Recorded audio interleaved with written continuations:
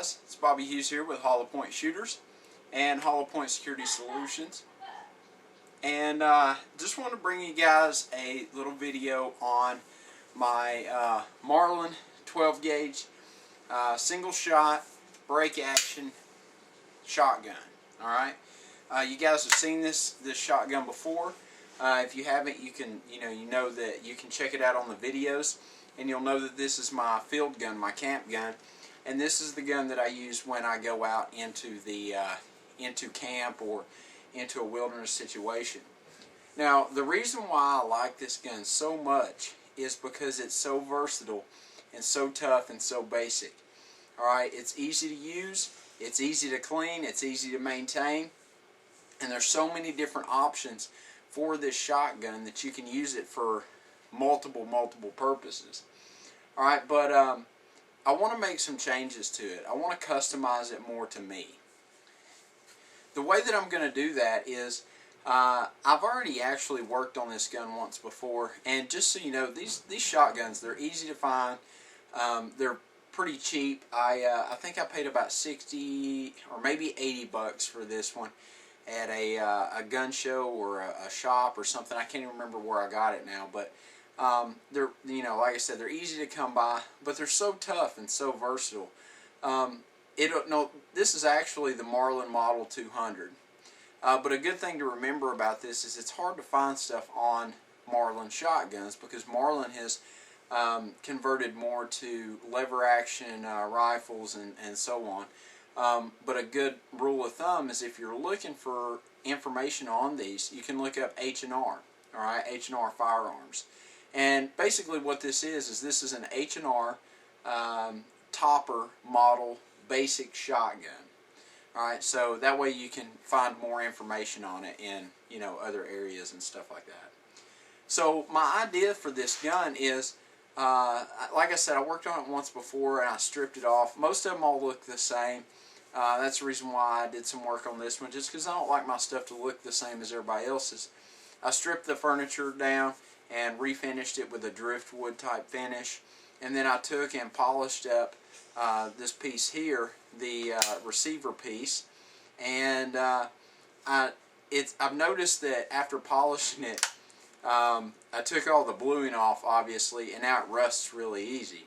So what I want to do is I'm actually going to strip this thing back down again, take the polish off of it, and I'm going to try to the heat oil method and heat oil blue it. Alright, and then for the stock, I'm going to go ahead and strip it back down again and do maybe some engraving, some wood carving into it, and then put a nice probably walnut finish back on it. Alright, so I just want to show you guys some of the stuff that I'm going to be doing, kind of make some videos as we go on it.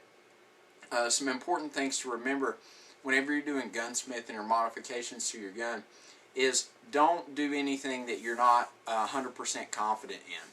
Alright, I know my skill level, I know where my skill level stops, and so I have to keep that in mind. I am very 100% confident that I can disassemble this shotgun to the guts and put it back together and it'll work safely and properly. So don't do this at home unless you are 100% certain that you can do that. Alright, the first step that we have to do anytime you do any work on a gun, especially if you're not an avid gunsmith, a professional gunsmith, and you're very familiar with all types of firearms, even if you are, the first thing you need to do is get a diagram on the weapon or the firearm that you're working on. Alright, what I've done is I went to the H&R website, it's Harrington and Richardson website, and I pulled up a schematic on my computer here, and it's a complete breakdown of the whole gun. Alright, it shows me where all the pins go, the names, the model, or the part numbers. It shows me everything about this gun. So now even though I said I was confident, now I'm even more confident in my ability to take it apart and put it back together. Alright, the second thing that you have to remember you have to look for, especially when you're doing bluing or anything like that, you have to look for plastic pieces. Because obviously if you start torching this thing to heat it up, you're going to melt those plastic pieces. So you've got to be sure and take all that stuff out of there before you start bluing or heating up the metal or anything like that. So what we're going to do right now is I'm just going to show you how to make things a little bit more manageable and how to get started on working on your gun. The simple stuff, this is the kind of stuff that you really don't need to be a gunsmith to do, is the simple stuff. Alright, first thing we're going to do is go ahead and remove the barrel and the front forehand grip. In order to get the barrel off of this, we have to remove this grip. All it is a big Phillips head screw. Alright, so I'm going to use my Phillips head screwdriver, and I'm just going to loosen this screw up and remove this screw from the forend grip. Alright, now another big thing, keep up with your screws or you'll spend a lot of money trying to replace them. Got a little plastic container here, put all my screws in there. Once you get that screw out, the grip just comes right off, just like that, out and up. And there's your forend grip.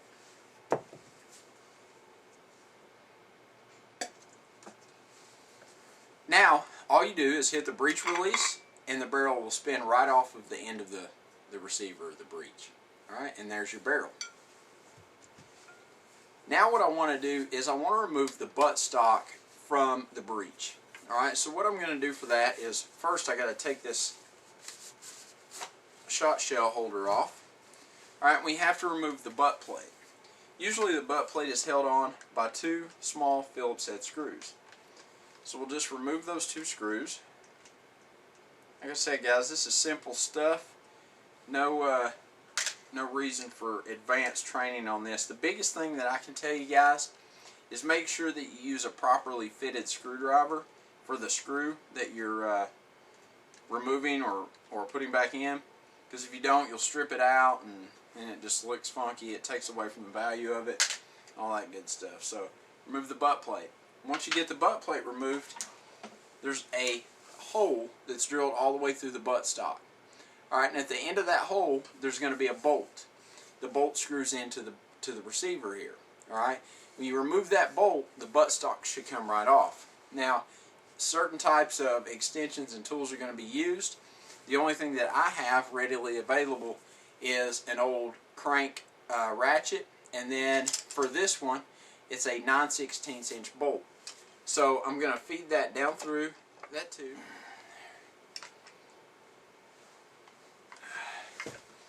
Once you get it loose, I'm just going to keep twisting it until the bolt comes loose from the receiver.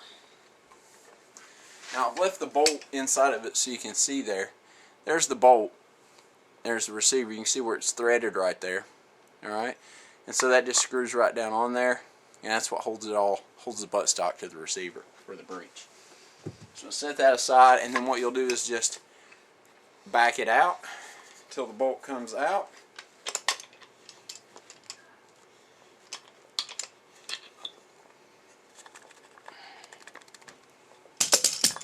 Just like that. There's your bolt. When we start whittling on this thing and carving on it and sanding it down, there's a few things that we don't want to change. Alright? You can change the shape of the hand grip and all that stuff all you want to. As a matter of fact, what I'm going to do is use a file and make these edges just a little bit sharper and more detailed. Alright? But one thing I don't want to mess with is this area right here. You can see that it's curved and fitted, alright, so that it fits the back of this properly, so that when you tighten that bolt down, it won't move around. It fits in there perfectly so that it doesn't twist and move around. We don't want gaps and stuff like that in it, so I'm not even going to mess with this end. I'm not going to be sanding on it or anything like that. So that's important to remember. Another thing, a little gunsmithing secret for you, is before you start sanding on this thing, replace the butt pad, the butt plate. Alright, just throw the screws back in it, put the butt plate back on, throw the screws back in it.